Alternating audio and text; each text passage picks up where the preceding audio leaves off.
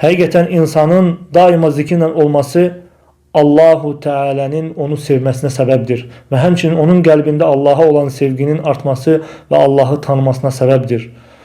Ve həmçinin bütün xeyir əməllərə yardım olmak için Allah'tan yardımın gelmesi için sebeptir. Ve həmçinin de dilinin çirkin, pis əməllərdən, pis sözlərdən uzakta kalması, pis sözlerden temiz kalması için sebeptir.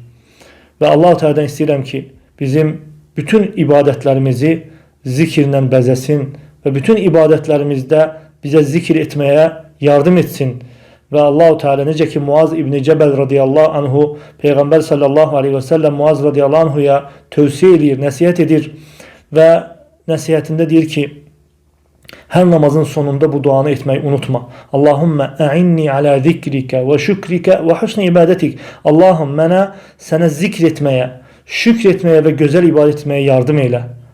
Ve bu əzəmətli duanı Peygamber sallallahu aleyhi ve sellem Muaz radıyallahu anhuya öğretir. Ve bu da namazların sonunda teşəhhüddən sonra salamdan əvvəl oxunan dualardandır. Bir insan gerek bunlara davamiyyətli şəkildə bu duanı etsin, Allah'tan bunun için yardım istesin ve qeyd ettiğimiz kimi bütün əməllərdə Allah'tan yardım istemek çok mühümdür.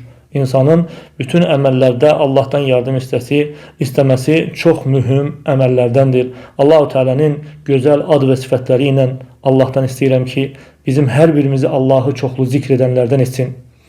Ve Allah-u Teala bizim için hazırladığı bağışlanma, əzəmətli əcirləri Allah-u Teala bize nəsib eylesin.